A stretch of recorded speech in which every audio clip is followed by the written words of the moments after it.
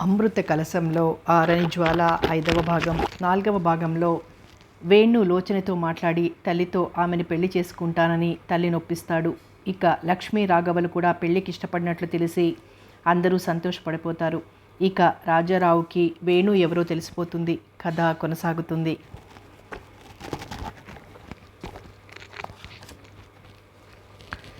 Venu office నుంచి ఇంటికి వచ్చేసరికి లక్ష్మి, గిరిజ సోఫాలో కూర్చొని మాట్లాడుకుంటున్నారు. గిరిజను చూసి హుషారుగా చనువుగా పలకరించాడు. గిరిజ కూడా పలకరింపుగా నవ్వింది. కానీ ఆ నవ్వులో వెలితి కనిపించింది వేణుకు. రాత్రి భోజనాల దగ్గర కూడా గిరిజ ఏం మాట్లాడకుండా మౌనంగా ఉంది. పార్వతి గిరిజ భుజం మీద ఆప్యాయంగా చేయి వేసి, ఏమిటమ్మా, ఏం తినడం లేదు అంది. ఏదో ఆలోచిస్తూ అన్నం అటు ఇటు కెలుకుతున్న గిరిజను చూస్తూ. ఆ మాటలకు గిరిజ తడబడుతూ, ఎందుకు తినడం లేదత్తయ్యా అంది, చిరునవ్వు నవ్వడానికి ప్రయత్నిస్తూ. గలగలమంటూ నవ్వే గిరిజ అంత గంభీరంగా మారిపోయేసరికి గిరిజ మనసు తెలియని వేణుకి చాలా ఆశ్చర్యమేసింది. ఆ నవ్వులో ఆనందం లేకపోవడానికి కారణం వేణుకి అంతుబట్టలేదు. చాలా విషయాల్లో ఎంతో తెలివిగా ప్రవర్తించే వేణు ఎదుటి మనిషి ఆంతర్యం ఇట్టే కనిపెట్టగల వేణు గిరిజ మనసు తెలుసుకోలేకపోయాడు. గిరిజ గురించి అతను అంతగా పట్టించుకోకపోవడానికి కారణం తనను మానసికంగా ఎన్నో రకాల హింసించిన తన మేనమామ కూతురు కావడం వల్ల. అందుకే అతను గిరిజను తక్కువ అంచనా వేశాడు. రాఘవ కూడా అదే కుటుంబానికి చెందిన వ్యక్తి అయినా రాఘవ నిండు మనసు పట్ల వేణుకు చిన్ననాటి నుండి సదభిప్రాయమే. అందుకే గిరిజ అలా మౌనంగా ఉండేసరికి కారణం అంతుబట్టక అలా సతమతమవుతున్నాడు. అందుకే ఏదో మాట్లాడిద్దామన్న ఉద్దేశంతో, ఏం గిరిజ, ఇంత గంభీరంగా ఎప్పుడు మారిపోయావు? అసలు నువ్వు మాట్లాడకపోతే నాకేం తోచడం లేదు సుమా అన్నాడు నవ్వుతూ. గిరిజ ఏం మాట్లాడలేదు. ఒక్కసారి కళ్ళెత్తి వేణు వంక చూసి మళ్ళీ కళ్ళు దించేసుకుంది. పార్వతి మటుకు వేణును చిన్నగా కసురుకుంటూ, చాలేరా తిను అంది. తల్లికి ఎందుకు చిరాకు అనిపించిందో వేణుకు తెలియక తెల్లముఖం వేశాడు. రాత్రి 10 గంటలు దాటుతోంది. అమావాస్య నాటి చీకటి చిక్కదనం ఆకాశమంతా పులుముకుంది. నక్షత్రాలు మినుకుమినుకుమంటున్నాయి. కుర్చీలో కూర్చొని పత్రిక చదువుతూ మధ్యలో ఒకసారి వాచ్ చూసుకున్నాడు వేణు.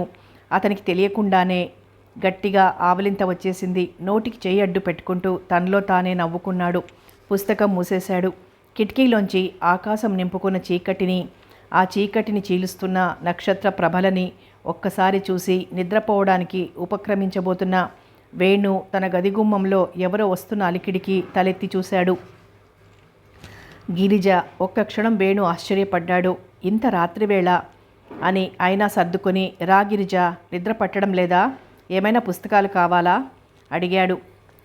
ఏదో మరనొక్కిన బొమ్మల అడుగులో అడుగు వేసుకుంటూ గుమ్మం దాటి గదిలోకి వచ్చిన గిరిజ, ఎప్పుడూ చెంగు చెంగున గెంతే గిరిజ అలా అడుగులో అడుగు వేసుకుంటూ వచ్చేసరికి వేణుకి ఆశ్చర్యం వేసింది. వేణుకు తెలిసిన గిరిజకు ప్రస్తుతం కనిపిస్తున్న గిరిజకు పోలికలు లేవు. అందుకే, ఏం గిరిజ, ఒంట్లో బాగాలేదా? అదే ఫీవర్ కానీ వచ్చిందా? ఫీవర్ అన్న పదాన్ని కావాలని పలికాడు. గిరిజ కళ మధ్యలో ఇంగ్లీషు వాడడం సరదా అని కాస్త వేళాకోళంగా తీరైన అతని పల్లోచని పెదాల మధ్య ఒక్కసారి నవ్వు తళుక్కుమంది.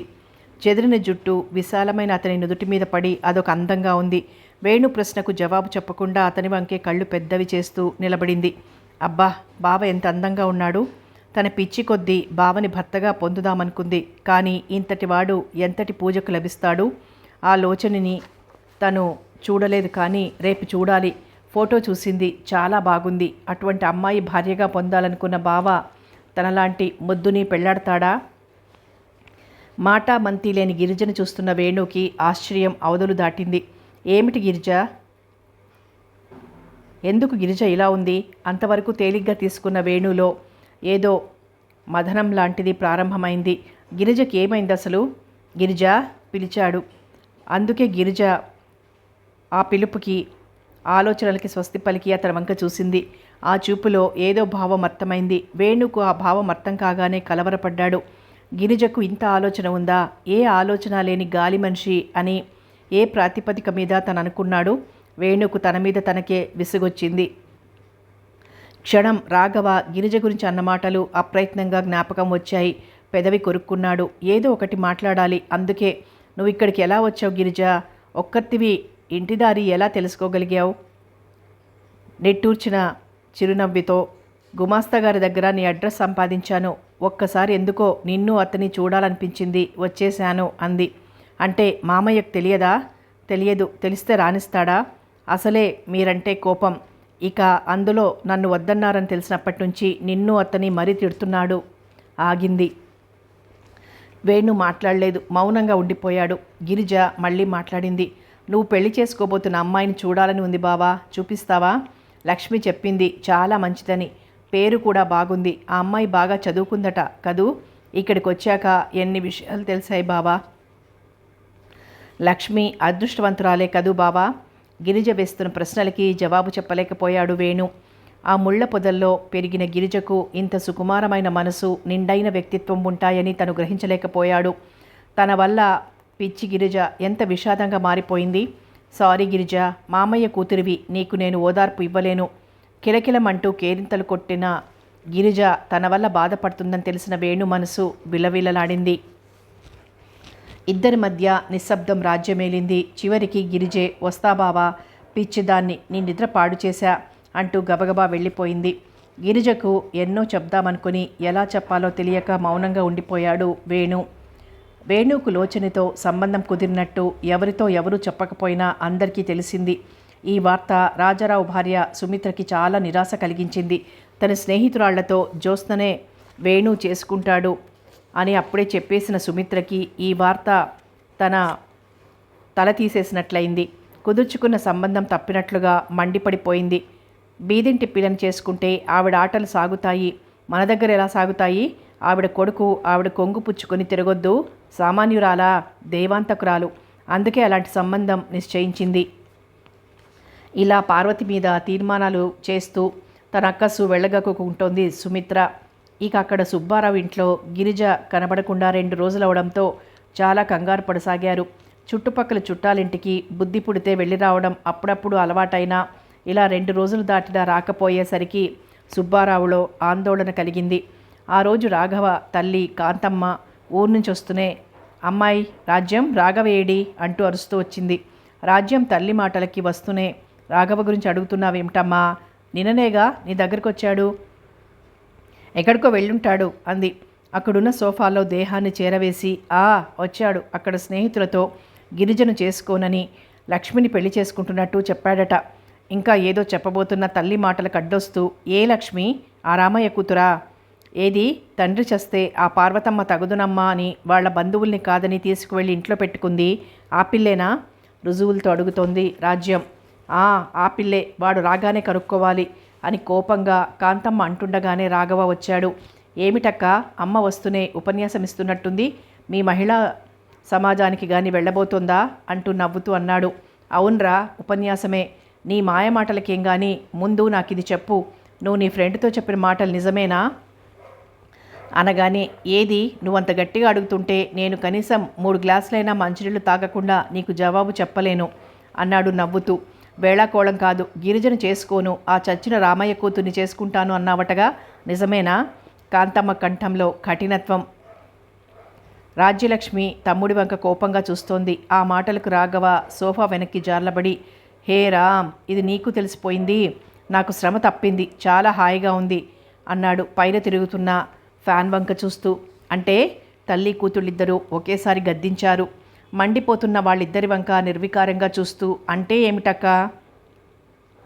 గిరిజకు నా మీద, నాకు గిరిజ మీద వివాహపు అభిప్రాయం లేదు. అందుచేత నేను పెళ్లి చేసుకోవాలి అని అనుకుంటే ఎవరో ఒక అమ్మాయిని వెతుక్కోవాలి. నాకెందుకో లక్ష్మి నాకు తగిన భార్య అవుతుందనిపించింది. అందుకే వారం రోజుల క్రితం వేణు ఇంటికి వెళ్ళి వేణుతో చెప్పేశాను అన్నాడు రాఘవ. అంతే, కాంతమ్మకు రాజ్యానికి ఒకేసారి బాంబుల్లా పేలిపోయారు.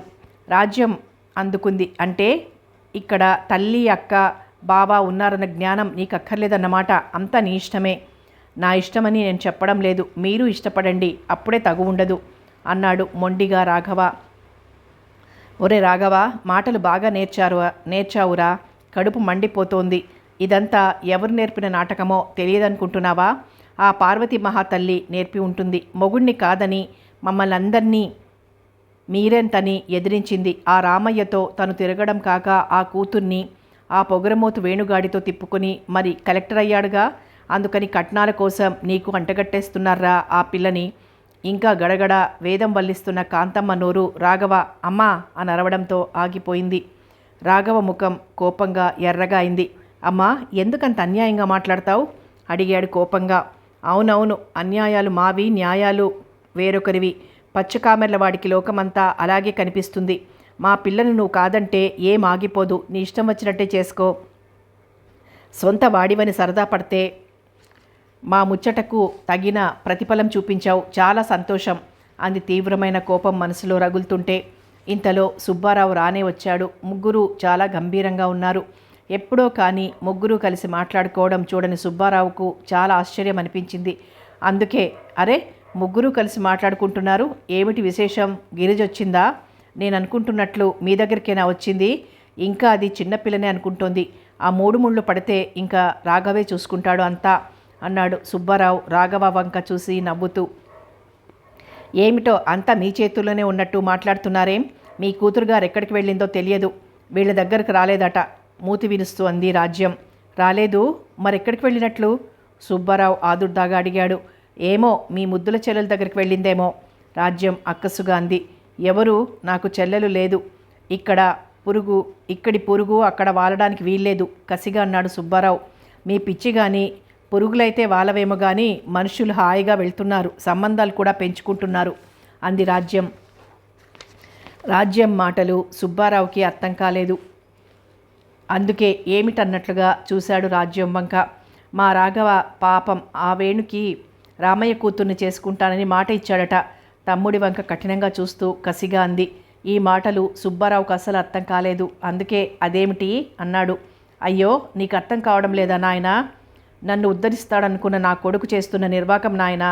తండ్రి చచ్చాక వాళ్ళందరినీ కాదని తీసుకువెళ్ళాడుగా. ఆ పిల్లని వీడికి అంటగడుతున్నారు అంది.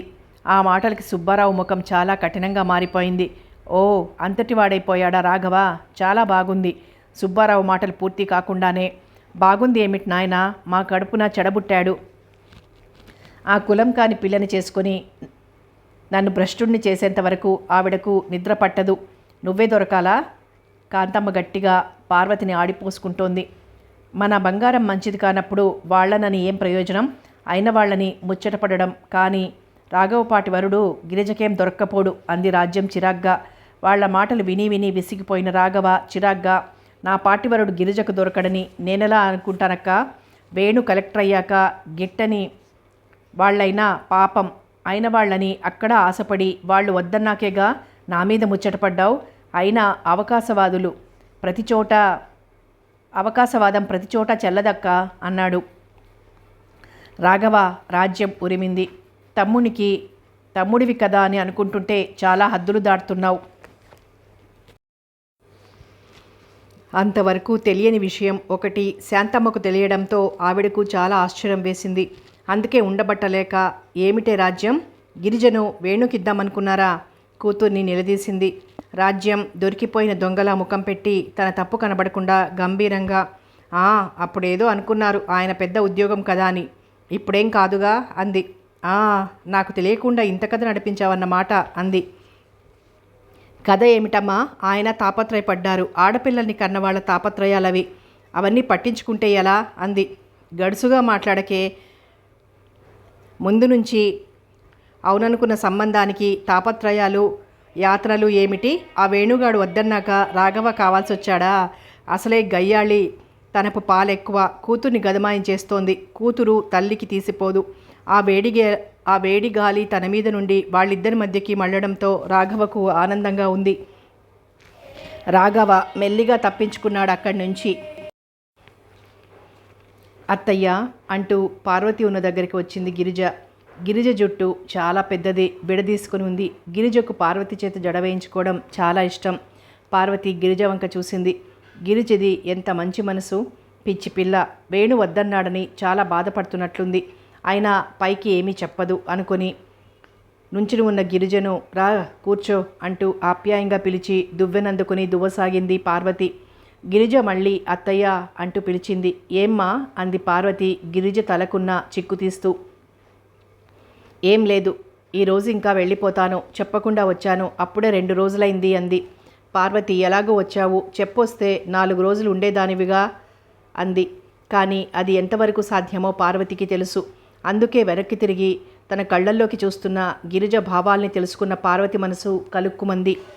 జడ వేయడం పూర్తి అయింది. వదులుగా అందంగా వేసుకున్న తన జడను చూసుకుంటూ, చాలా బాగా వేసావత్తా, నేను నీ కూతుర్ని అయిపోయినా ఎంత బాగుండేది అంది గిరిజ.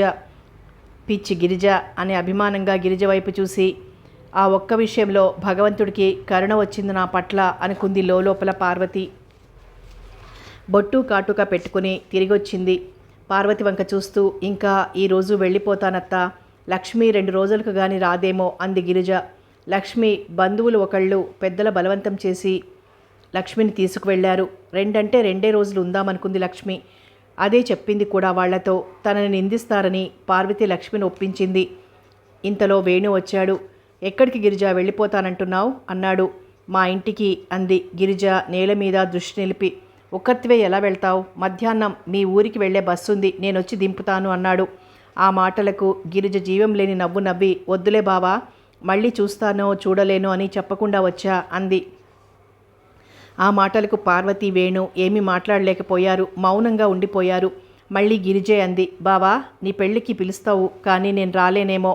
ఇంకా ఏదో చెప్పబోతున్న గిరిజ సుబ్బారావు గొంతు విని ఉలిక్కి పడింది. అనాలోచితంగా ఆమె పెదవులు నాన్న అన్నాయి. సుబ్బారావు గిరిజ అని పిలుస్తున్నాడు. ఇంతలో నౌకరు వచ్చి చెప్పడంతో గిరిజ హాల్లోకి వెళ్ళింది. సుబ్బారావుకు గిరిజను చూడగానే కోపం కట్టలు తెంచుకుంది. ఎప్పుడొచ్చావు అన్నాడు కఠినంగా. నేను మొన్ననే వచ్చాను అంది గిరిజ తల వంచుకొని. ఇంట్లో చెప్పడం ఏ అవసరం లేదన్నమాట. అతని కళ్ళు క్రోధంతో కణకణమంటున్నాయి. చెప్దామని అనుకున్నా, కానీ ఎందుకు చెప్తావు? నిన్ను అన్ని విధాలుగా తగలబెట్టి సంతోషించే వాళ్లే నీకు ఆప్తులైనప్పుడు. అప్పుడే వచ్చిన పార్వతి ఆ మాటలకు బాధపడింది. అవేం మాటలన్నయ్యా? సుబ్బారావు పార్వతి వంక విషంగా చూసి, నేనన్న మాటల్లో తప్పేముంది పార్వతి? నీ చెప్పు చేతల్లో చెట్టంత కొడుకుని ఉంచావు. కట్టుకున్న భర్తకి ఒదిగి ఉండరన్నావు. ఆఖరికి దైవవశాన్న కలుసుకున్నా కనీసపు మర్యాద చేయలేక పుట్టింటి పరువు గంగలో కలిపావు అన్నాడు. అన్నయ్య అంది పార్వతి బాధగా. ఏం నేనన్న మాటలో తప్పేముంది? వేణుకు సహనం తప్పింది. తనింటికి వచ్చి ఇష్టం వచ్చినట్లు మాట్లాడుతున్న సుబ్బారావుని మెడబట్టి బయటకు నెట్టాలనిపించింది. పెద్దరికాన్ని గౌరవించడం ఇటువంటి వాళ్ల విషయంలో ఎంతటి విజ్ఞానవంతులకైనా మరెంతటి సహనవంతులకైనా కష్టమవుతుంది. అందుకే మామయ్య, నీ పెద్దరికాన్ని కాస్త నిలుపుకుంటే మంచిది. అధిక ప్రసంగం చేస్తే చాలా తీవ్ర పరిస్థితి వస్తుంది. దయచేసి ముందు ఇక్కడి నుంచి వెళ్ళిపో అన్నాడు. వెళ్ళిపోతానోయ్, వెళ్ళిపోను. నాకో పిచ్చి కూతురుంది కదూ, దానివల్ల వచ్చాను. నిన్ను చూసి మీ అమ్మని చూసి ఎవ్వరూ రాలేదు అన్నాడు తీవ్రంగా సుబ్బారావు. చాలా మంచిది, నువ్వు అమ్మని నిందించడం ఇక మాని వెళ్ళు అన్నాడు చిరాగ్గా. మీ అమ్మకి నీకు ఒకళ్ళ లెక్క ఏనాడైనా ఉందా? లేకపోతే భర్త వచ్చినా ఇంతకాలానికి కలుసుకున్నా నీకు ఆ విషయం చెప్పిందా? పాపం, అతను ఎంత బాధపడుతూ ఉత్తరం రాశాడు. సుబ్బారావు మాటల్లో విషం తారాస్థాయికి చేరుతోంది. పార్వతి గుండెలు ఒక్కసారి ఆగినట్లనిపించింది. ఎందుకు కావాలని ఆ విషయాన్ని తిరగదోడుతున్నాడు? భగవంతుడా, ఇదెక్కడి న్యాయం? రాజారావుకు బాధ. పాపం, అతను తన అన్నగారికి రాస్తే అన్నగారు అతని గురించి బెంగపడుతున్నారా? ఇప్పుడు అదంతా వేణుకెందుకు? వాడికి ఆవేశం పాలు హెచ్చే. ఎలా? ఆందోళన పడసాగింది పార్వతి. వేణుకి సుబ్బారావు మాటలు సంచలనాన్ని రేకెత్తించాయి.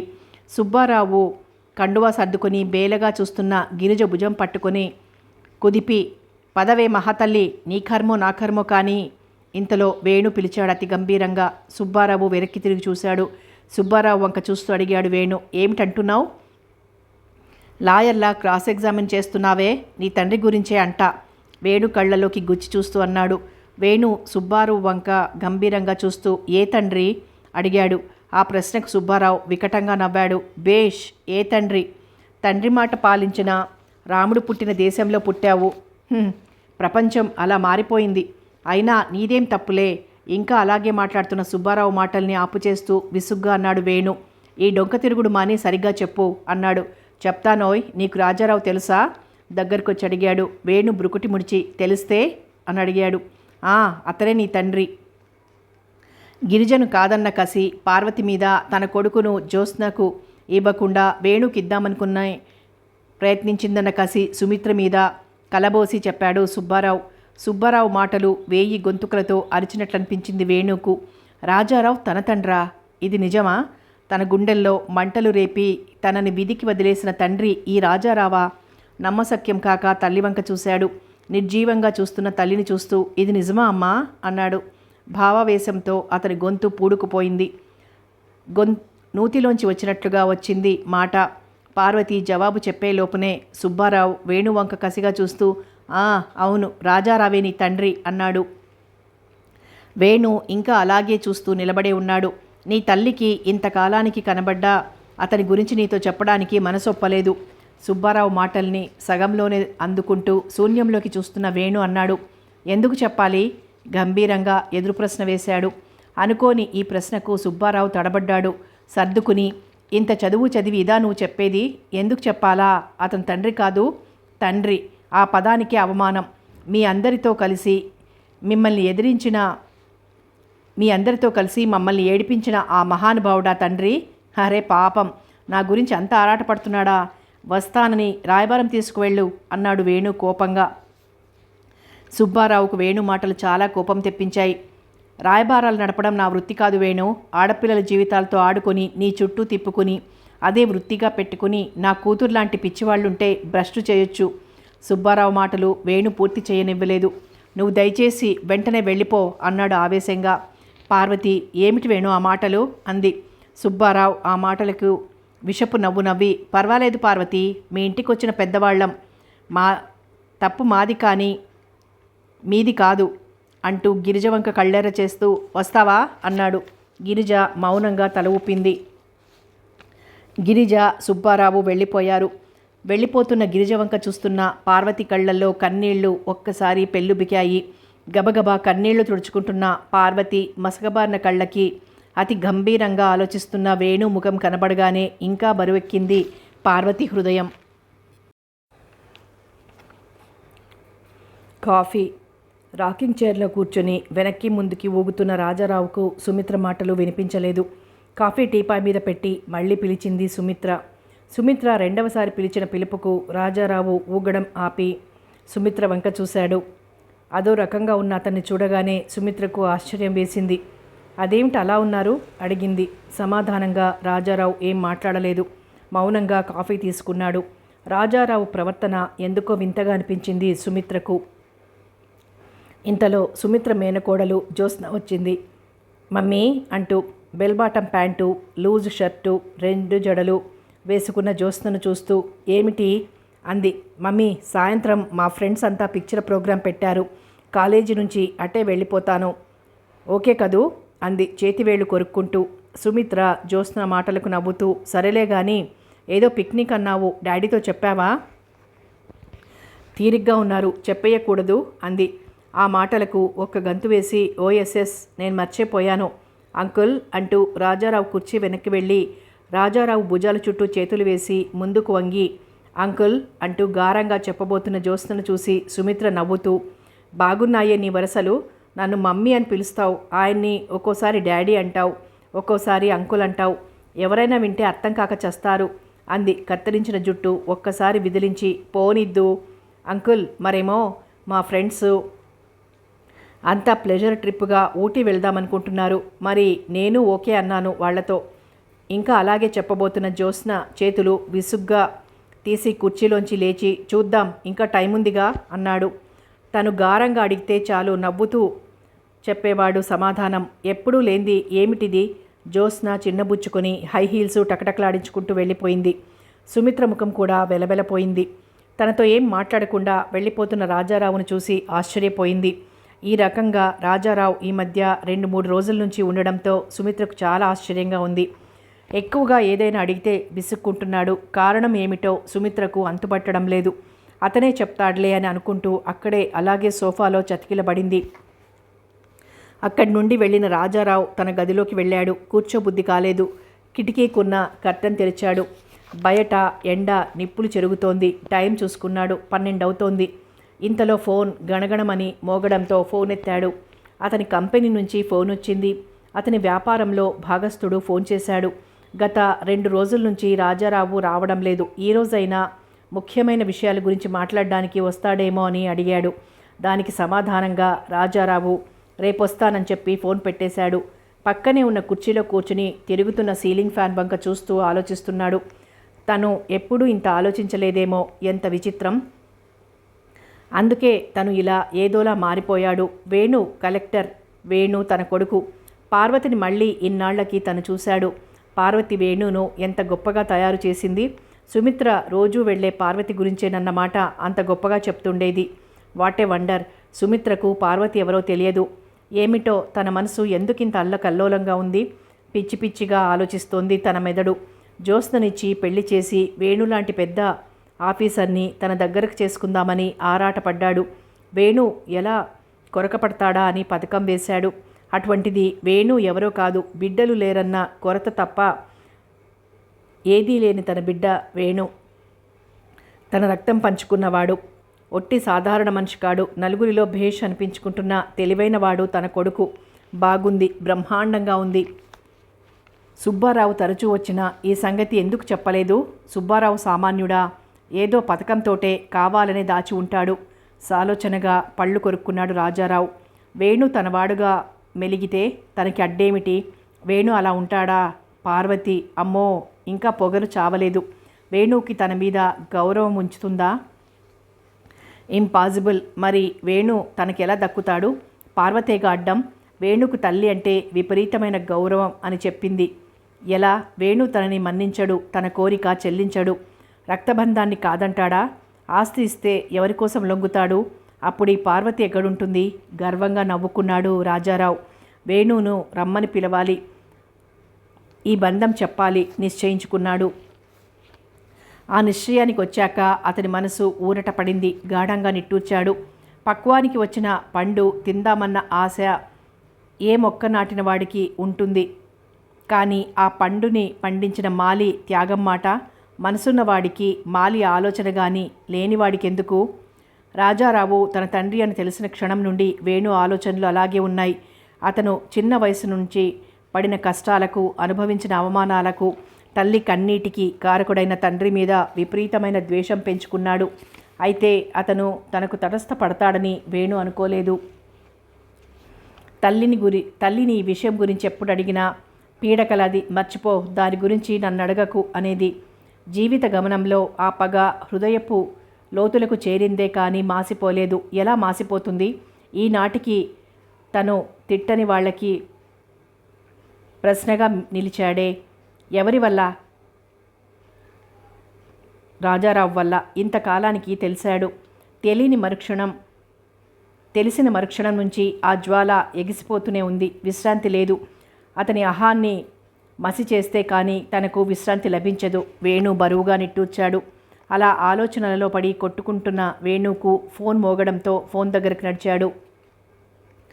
ఏమిటే నీ పంతం? పెళ్ళి గిల్లి చేసుకోకుండా మా గుండెల్లో చిచ్చు పెట్టి మమ్మల్ని తలెత్తుకోనీకుండా చేస్తావా? శూన్యంలోకి చూస్తున్న గిరిజ భుజాలు కుదుపుతూ కోపంగా అడుగుతోంది గిరిజ తల్లి రాజ్యం. విరాగినిలా ఉన్న గిరిజ తల్లి కేకలకు తల్లివైపు చూస్తూ, అబ్బబ్బబ్బా, ఏమిటమ్మా ఎప్పుడూ అదే ధ్యాస నీకు? మనిషి జీవితానికి పరమావధి పెళ్ళొకటేనా అమ్మా అని అడిగింది గిరిజ తల్లి వంక చూస్తూ. చాలా బాగుందే. ఇదిగో గిరిజ, పిచ్చి పిచ్చి వేషాలు వెయ్యకు. నీకు పెళ్లి కుదర్చడం ఎంత కష్టమైపోతుందో తెలుసా? ఆ రాఘవ నిన్ను కాదన్నాడు. నువ్వా చెప్పా చేయకుండా ఆ వేణుగాడింటికి వెళ్ళి కూర్చున్నావు. మనకు గిట్టని వాళ్ళు నోటికొచ్చినట్లు చెప్పుకుంటున్నారు. అమ్మమ్మ చూస్తే నేనేదో రాఘవను కాదన్నట్టు ఆవిడ తగవు. మా మతులు పోతున్నాయి. ఎదిగిన పిల్లవైనా చేయి చేసుకోవాల్సి వస్తుంది. జాగ్రత్త. ఆ పార్వతి మహాతల్లి ఇలా తీర్చుకుంటోంది కక్ష. ఇంక కాస్త దండకం చదవబోతున్న రాజ్యం ఎవరో పిలుస్తున్నట్లు కిందకి వెళ్ళింది. వెళ్ళిపోతున్న తల్లి వంక చూస్తూ భారంగా నిట్టూర్చింది గిరిజ. అప్రయత్నంగా తన ప్రతిబింబాన్ని అద్దంలో చూసుకుని ఆశ్చర్యపోయింది. తను అద్దం ముందు నిలబడి ఎంత కాలమైంది? గంటల తరబడి అద్దంలో చూసుకుంటూ గడిపే తనేనా? నిర్లిప్తంగా నవ్వుకుంది. ఏమిటో తనెందుకు ఇలా మారిపోయింది? వేణుబావ తనను నిరాకరించాడనేగా. అందుకే కాబోలు. తన పిచ్చి కాకపోతే తనలాంటి వాళ్లను బావ పెళ్లి చేసుకుంటాడా? లోచని ముందు తనెందుకు సరిపోతుంది? లోచని ఎంతో అదృష్టవంతురాలు. అత్తయ్యకు కోడలుగా, బావకు భార్యగా ఎంతో సుఖపడుతుంది. లోచని అక్క మీద తనకు అసూయ? తనకెందుకు అసూయ? ఏమిటో ఈరోజు గిరిజకు నిన్నటి గిరిజకు ఎంత తేడా! ఇంతటి మంచి విషయాలు తెలియడం, వాటి కోసం తన అర్థం లేని జీవితాన్ని మళ్లించాలని అనుకోవడం. ఓహ్, నేనెంత అదృష్టవంతురాలిని! ఈ రకం మార్పు తన జీవితంలో ప్రవేశిస్తుందని తను అనుకుందా? తను నిర్లక్ష్యంగా ఖర్చు పెట్టే ధనానికి అంత విలువ, తను ఇష్టారాజ్యంగా వదిలిపెట్టే పాలకు ఎంత విలువ!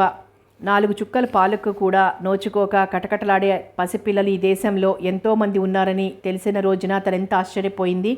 పేదవాళ్ళని, వాళ్ల తాలూకు పిల్లలు పాల కోసం అలమటించడం తను చూసింది. కానీ ఆనాడు తన మనసుకి ఏ స్పందన కలగలేదు. ఈనాడు అటువంటి వాళ్ల పేరు చెప్తే చాలు తన హృదయం కరిగిపోతుంది. ఎంత మార్పు! ఆ సేవలో ఎంత ఆనందం! తన హృదయానికింత సంస్కారం రావడం తన పూర్వజన్మ పుణ్యం. విరక్తి చెందిన అజ్ఞానమైన మనసులో జ్ఞానదీపం వెలిగించింది ఆ బిషప్ గారే. నిజంగా ఆయన ఈ ఊరు రాకుండా పోయినా, ఆయన ఉపన్యాసాలు వినడం సంభవించకపోయినా ఈ జీవితానికి ఇంత నిండుదనం వచ్చేదే కాదు. వానాకాలం చదువు చదివి చేతికి అంది వచ్చిన పుస్తకాలు చదువుతూ ఉత్తగా కాలక్షేపం చేస్తూ ఉండే తనకు ఇన్ని విషయాలు తెలిసేవే కావు. ఒకసారి బావ అన్నాడు, ఏ లోటు లేని నీకు చదువు మీద కానీ కళల మీద కానీ శ్రద్ధ ఉంటే ఎంత పైకొచ్చేదానివి గిరిజ, ఎందుకు ఇలా జీవితాన్ని వ్యర్థం చేసుకుంటావు అని.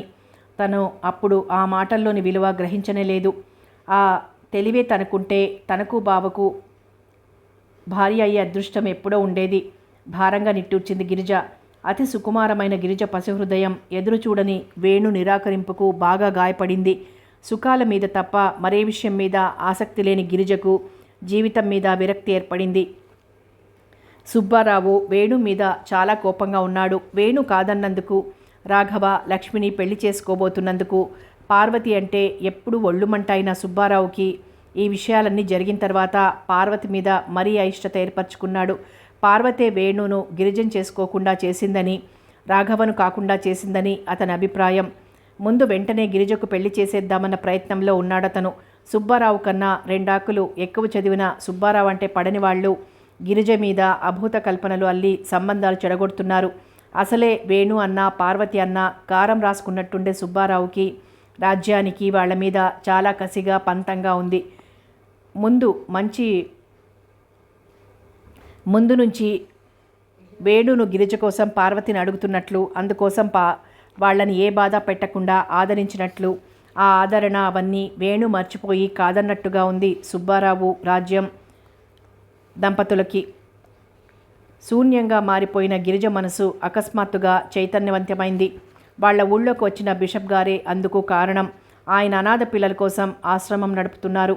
ఆయనకెంతో పేరు. అనుకోకుండా గిరిజ బిషప్ గారి ఉపన్యాసం వింది. అంతే, ఏమిటి తన జీవితానికి అర్థం అని మదనపడుతున్న గిరిజకు జవాబు దొరికినట్లయింది. అందుకే బిషప్ గారి దగ్గరికి వెళ్ళి తన ఆసక్తిని కనబరిచింది. అందుకు బిషప్ గారు ఎంతో సంతోషించారు. అంత చిన్న వయసులో కష్టాల గురించి తెలియని గిరిజ అనాథల బాధ గ్రహించినందుకు ముచ్చటపడ్డారు. బావ ఉన్న ఊర్లోనే ఆయన ఆశ్రమం ఉన్నదట.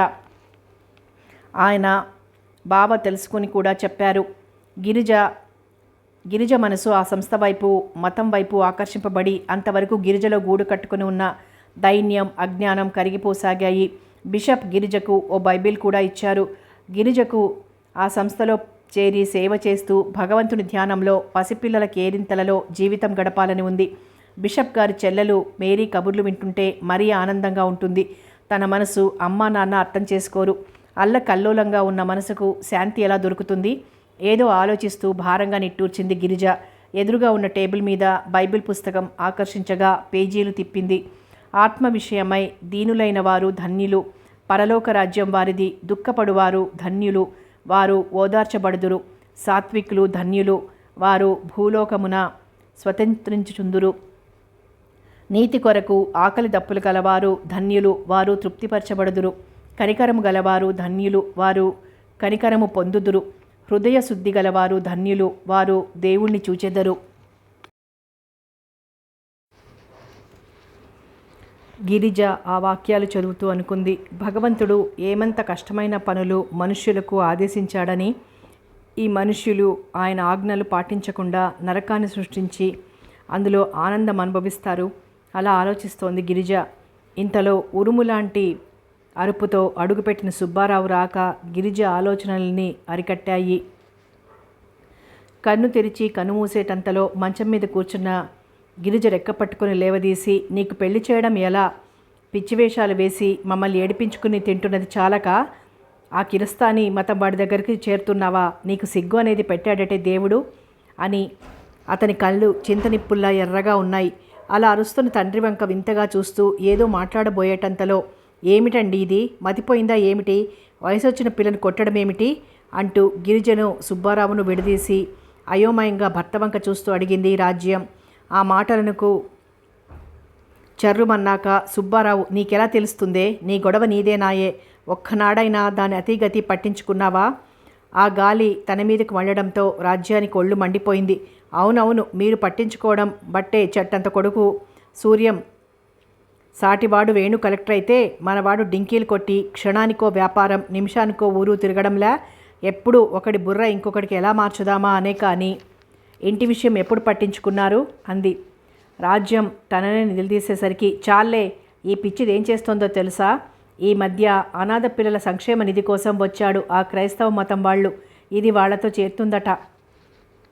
ఆ మతం కూడా పుచ్చుకుంటుందట. మనకు తెలియని సంగతి ఊళ్ళో వాళ్ళకి తెలిసింది. వాళ్ళు కాస్త కుదురుతుందనుకున్న ఆ విజయవాడ సంబంధం వాళ్ళ చెవిన వేశారట. ఏమిటి? ఏమైంది? అంటూ అతని మాటలకు అడ్డం వచ్చిన రాజ్యం వంక విసుగ్గా చూస్తూ, ఏమవుతుంది నా తలకాయ? వాళ్ళు మాకు మీ సంబంధం ఎన్ని వేలు ఇచ్చినా వద్దు పొమ్మన్నారు. అయ్యో, అది కూడా తప్పిపోయిందా? ఇంకా నా తల ఎత్తుకుని ఎలా తిరగను? పాపిష్టిదానా, ఒక్క కూతురు అని గారాబం చేసినందుకు తగిన బుద్ధి చెప్పావే. ఏమిటే నీ పిచ్చివేషాలు? అంటూ గిరిజ నెత్తిమీద మొట్టికాయలు మొట్టింది రాజ్యం. ఆ దెబ్బకి గిరిజ కళ్ళల్లో నీళ్లు తిరిగాయి. మెల్లిగా తమాయించుకుని దుఃఖాన్ని దిగమింగుకొని, నువ్వన్నట్టు బుర్రలు మార్చే తెలివి లేనంత మాత్రాన నేను మొద్దుదాన్ని పిచ్చిదాన్ని అయిపోతానటమ్మా. నేనేమి చిన్నపిల్లను కాదు. నాకు పెళ్ళి వద్దు అంటే వినరేం? నా బ్రతుకు అలా యేసు పాదాల దగ్గర గడిపి ఆ చిన్నారి పిల్లలకు సేవ చేయాలని ఉందమ్మా. నేను ఏ తప్పు చేశానమ్మా? అడిగింది రోషంగా. నోర్ముయ్, ఏం తప్పు చేశావా? మళ్ళీ అడుగుతున్నావా? ఏ ఆడపిల్ల నీలా బరి తెగించగలదే? ఆ మతం పుచ్చుకుంటావా? పైగా సన్యాసిలా ఎవళ్ళో కనిపారేసిన పిల్లల కోసం నీ జీవితం నాశనం చేసుకుంటావా? మళ్ళీ ఇలాంటి మాటలంటే 2 కాళ్ళు విరగదీస్తాను, జాగ్రత్త అంది రాజ్యం కళ్ళల్లో నిప్పులు కురిపిస్తూ. తనకిరుపక్కల నిలబడి తనని మింగేస్తున్నట్లు చూస్తున్న తల్లిదండ్రుల వంక చూస్తూ ధైర్యం తెచ్చుకుంది గిరిజ. జీవితం నాశనం అవడం లేదమ్మా. నిత్యం స్వార్థం కోసం ఆరాటపడి ఆయాసపడే ఈ నిత్య జీవితాన్నించి తప్పించుకుని సుఖపడబోతున్నాను. మతంలో ఏముందమ్మా? మతాలు ఎన్ని ఉన్నా భగవంతుని రూపం సందేశం ఒక్కటే. అందరూ మంచివారవుతారా? బహుశా మానవుని సంకుచితత్వం తెలిసే భగవంతుడు అన్ని రూపాలుగా వచ్చాడేమో. ఎవరికి నచ్చిన రూపంలో వాళ్ళు భగవంతుణ్ణి ఆరాధించుకుంటున్నారు. అంతేకాని మతంలో ఏముందమ్మా? ఉన్నదంతా భగవంతుని సందేశంలో మనసుల్లో ఉంది కానీ అంది గిరిజ నిట్టూరుస్తూ. ఆహా, ఎంత పెద్దదానివైపోయావు. మాకే నీతులు చెప్తున్నావు. ఇదిగో గిరిజ, చివరిగా చెప్తున్నాను. ఆ సేవ వైరాగ్యం మానేస్తావా చెప్పు అంటూ నిలదీసి గద్దిస్తున్న తండ్రి మాటలకి నా నిర్ణయం మారడం కష్టం. అంతే. గిరిజ చెంప చెళ్ళుమంది. కళ్ళు ఒక్కసారిగా తిరిగాయి. సంతోషిస్తావేం? సంతోషించం. నువ్వు చేస్తున్న పనులకి సంతోషించక ఏం చేస్తాం? నిన్ను నరికేసిన పాపం లేదే అంటూ మళ్ళీ చెయ్యి ఎత్తబోతున్న సుబ్బారావు చేతులు పట్టుకొని ఆపింది రాజ్యం. దీన్ని అని ఏం లాభం? మన కుటుంబాన్ని ఇలా చేస్తున్నది మీ చెల్లెలు. రాఘవను తన వైపుకు తిప్పుకొని వేణు చేత కాదనిపించి నాటకాలు ఆడుతోంది ఆ మహాతల్లి. ఆ తల్లే నా సంసారానికి నిప్పు పెట్టింది, రాగం తీసింది రాజ్యం. ఆ మాటలు విన సుబ్బారావుకి అగ్నికి ఆజ్యం పోసినట్లయింది. పార్వతి, వేణు, సుబ్బారావు కళ్ళు ఎర్రబడ్డాయి. రికార్డు ప్లేయర్లోంచి ఫారిన్ మ్యూజిక్ వినిపిస్తుంటే లాన్లో కూర్చొని పంజాబీ డ్రెస్ వేసుకొని భుజాల దాకా జుట్టు చిక్లెట్స్ నములుతున్న నోరు అత్యంత ఆధునాతనంగా ఉన్న జ్యోత్స్న కాళ్ళూపుకుంటూ వింటోంది. ఆమెకు ఎదురుగా ఎత్తుముడితో ఆధునికంగా ఉన్న సుమిత్ర ఫెమినా తిరిగేస్తోంది. అప్పుడే వేసవికాలం వాతావరణంలో చోటు చేసుకోవడంతో నౌకర్లు చెట్లకు పోస్తున్న నీళ్ల వల్ల చల్లని గాలి వస్తూ హాయిగా ఉంది. ఇంతలో ఆ ఇంటి ముందు ఓ కారు ఆగింది. గేటు తెరుచుకుని వస్తున్న ఆ ఆజానుబాహుణ్ణి చూడగానే హే మమ్మీ, కలెక్టర్ వేణు అని జ్యోత్స్న ఆశ్చర్యంగా అరుస్తుంటే సుమిత్ర అటు చూసింది. ఊహించని వేణు రాకకు బ్రహ్మానంద పడిపోతూ చేతిలోని పత్రిక జార్చేసి 2 చేతులు జోడించి నమస్కారం అంటూ ఆహ్వానించింది. వేణు ప్రతి నమస్కారం చేస్తూ ఏదో అడగబోయేంతలోగా లోపల కూర్చుంటారా, ఏసీ ఆన్ చేసే ఉంది అంది వినమ్రంగా. ఆ మాటలకు సుమిత్ర వంక చాలా చురుగ్గా చూశాడు. నో, వద్దు, మీ వారు లేరా అడిగాడు. మీ వారు అన్న మాటకు అప్రయత్నంగా నొక్కి పలుకుతూ, లేదండి, బయటికి వెళ్ళారు. మీరు వస్తున్నట్టుగా ఫోన్ చేస్తే ఆయన ఉండిపోయేవారు అంది. వేణు గంభీరంగా తల పంకించాడు. అయ్యో నా తెలివి, మిమ్మల్ని నుంచోబెట్టే మాట్లాడేస్తున్నాను, కూర్చోండి అంటూ గబగబా కుర్చీ దగ్గరకు జరిపింది. కూర్చోమని మళ్ళీ చెప్పేసరికి కూర్చున్నాడు Venu. Good evening Venu sir అంటూ జ్యోత్స్న కోకోకోలా తీసుకొచ్చింది. నో థ్యాంక్స్ అన్నాడు సున్నితంగా తిరస్కరిస్తూ. ఏదో మా సంతోషం కొద్దీ అంటూ బలవంతం చేస్తున్న జ్యోత్స్నను చూస్తూ, జ్యోత్స్న, అంకుల్ రెడ్డి గారింటికి వెళ్ళారేమో, ఫోన్ చేయి అనగానే జ్యోత్స్న వెళ్ళి ఫోన్ చేసి వచ్చింది. రాజారావు పలికాడని వస్తున్నాడని చెప్పింది. ఒరే మల్లిగా, నీళ్లు పోయడం చాలు కానీ ఇలారా అంటూ అథారిటీ చేస్తున్న సుమిత్ర వంక. ఇంతలో జ్యోత్స్న ఫ్రెండ్స్ వచ్చారు. వాళ్ల భుజాల మీద చేయి వేస్తూ చిక్లెట్స్ నములుతూ కులాసాగా కబుర్లు చెప్పుకుంటూ బయటకు వెళ్ళిపోతున్న జ్యోత్స్న వంక చూస్తూ అనుకున్నాడు వేణు.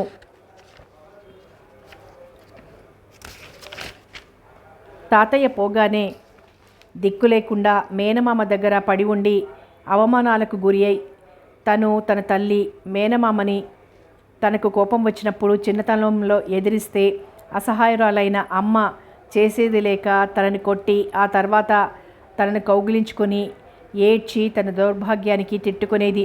అప్పుడు తను అడుగుతుండేవాడు తండ్రి గురించి.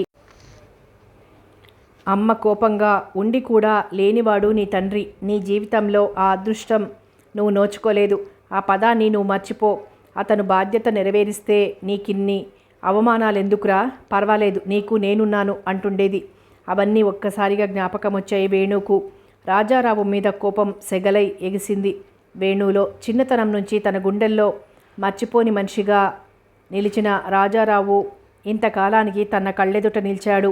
ఆవేశం అదుపు లేకుండా పొంగుతోంది. ఏం చెయ్యాలి, ఇతన్ని ఏదో చెయ్యాలి. తన కళ్ళ వెంబడి రక్తపు బొట్లు చిందించిన ఈ మనిషికి 10 రక్తపు బొట్లు కార్పించాలి. ఇంత ఆవేశం తనలాంటి వాడికి తగుతుందా? అమ్మకిది శాంతినిస్తుందా? ఇవ్వదు. కానీ ఏదో తృప్తి. పెదాలు కొరుక్కున్నాడు వేణు. ఈ విషయం తెలిసినప్పటి నుండి ఆవేదనతో మనసు నలిగిపోతోంది. ఈ నీచుడితో తనకేమిటి అని అనిపించి మర్చిపోదామని ప్రయత్నిస్తుంటే ధైర్యంగా ఫోన్ చేశాడు తన ఇంటికి రమ్మనమని. అందుకే వచ్చాడు. అతని ఊహలేమిటో తెలుసుకోవాలి. ఆలోచిస్తున్న వేణు గంభీరమైన ముఖం చూస్తూ ఎలా పలకరించాలో తెలియక ఆగిపోయింది సుమిత్ర. ఇంతలో భయ్యమంటూ ఓ కారు వచ్చి ఆగింది. అలా ఆ కారు వచ్చి ఆగగానే అదిగో వచ్చేసారు వారు అంటూ గబగబా లేచి వెళ్ళింది. రాజారావు వస్తున్నాడని తెలియగానే వేణు ముఖం చాలా కఠినంగా ఎర్రగా మారిపోయింది. ఏరి కలెక్టర్ గారు అంటూ వచ్చాడు రాజారావు. తెల్ల పంచె, తెల్ల లాల్చీ వేసుకొని విచిత్రంగా నవ్వుతూ ఉన్న అతన్ని చూడగానే చాలా గడుసువాడిలా అనిపిస్తాడు. Hello, good evening Venu. Paper తీసి చూశాడు రాజారావు వంక. వేణు చూపులు రాజారావుని కలవరపెట్టాయి. అయినా తమాయించుకొని నవ్వులు పులుముకుంటూ మెల్లగా అన్నాడు, ఒక్కసారి ఫోన్ చేస్తే నేనే ఉండిపోయేవాడిని, ఎక్కడికి రమ్మన్నా వచ్చేవాడిని. చచ్చచ పోనీ. ఇంకా మాట్లాడబోయిన రాజారావు వేణు నిశితమైన చూపులకి మాటలు ఆప్ చేశాడు. ఇంతకాలం అసాధ్యుడు అనుకున్న ఈ మనిషి తన జన్మదాత. ఛ, ఇంతకాలంగా పేరుకుపోయిన ద్వేషానికి కారణమైనవాడు. What a wonder. అలా ఆలోచిస్తూ అతన్ని నఖశిఖ పర్యంతం చూడసాగాడు వేణు. ఎంతకు మాట్లాడకపోయేసరికి వేణు వచ్చాడనగానే ఎంతో ఊహించి వచ్చిన రాజారావు విపరీతమైన ఆశాభంగం పొందాడు. ఏమిటి మనిషి అలా చూస్తాడు, విసుక్కున్నాడు రాజారావు. ఓ పొడిదగ్గు దగ్గాడు వేణు. మనం ప్రైవేట్గా నా రూమ్లో మాట్లాడుకుందామా? వేణుకు కావాల్సింది అదే. ఎస్ అన్నాడు గంభీరంగా. వేణు ఆంతర్యం తన నీచపు మనస్తత్వం ప్రకారం అంచనా వేసిన రాజారావు ఆ మాటలకు వెకిలిగా ఓ చిరునవ్వు నవ్వి కమాన్ పిలిచాడు. కుర్చీని బిసురుగా వెనక్కి కాలితో తోసి రాజారావు వెంట నడిచాడు వేణు. తనతో ఏం మాట్లాడకుండా వెళ్ళిపోతున్న వాళ్ళిద్దరి వంక విచిత్రంగా చూస్తూ నిలబడిపోయింది సుమిత్ర. కనీసం తనని పలకరించకుండా వాళ్ళిద్దరూ అలా వెళ్ళిపోవడంతో సుమిత్ర బుర్ర తీవ్రంగా ఆలోచించింది. రాజారావు తన ఆఫీస్ రూమ్లోకి నడిచాడు. అతని ఆఫీస్ రూమ్ అనబడే ఆ గదిని చూసి వేణు ఆశ్చర్యపోయాడు. గదిలోని సామాగ్రి అతని నల్లధనాన్ని చూపిస్తోంది. ఆలోచిస్తూ చూస్తున్న వేణు లోపలికి రాగానే గది తలుపులు దగ్గరికి వేశాడు.